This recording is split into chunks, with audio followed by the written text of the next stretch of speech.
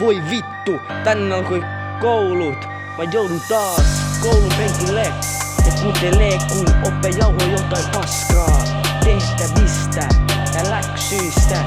Minkä takia opettajat tykkää kirjoittaa lapsia ja minkä takia kesäloma meni niin nopeasti. Meni vitun nopeasti, hähä.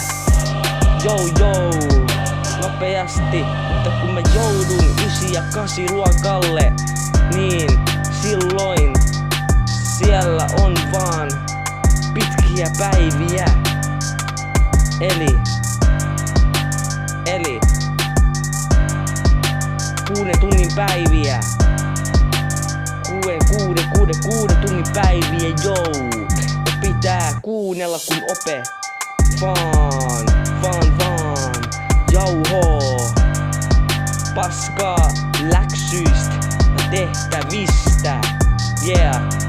Vielä kerran lauletaan, ja minkä ja pitkää kuunnella kun ope vaan jauhoo paskaa läksyistä ja tehtävistä.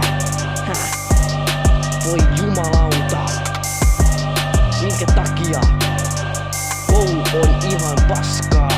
Kaikki koulut vois räjäyttää ja kaikki opettajat vois vaikka tuhota.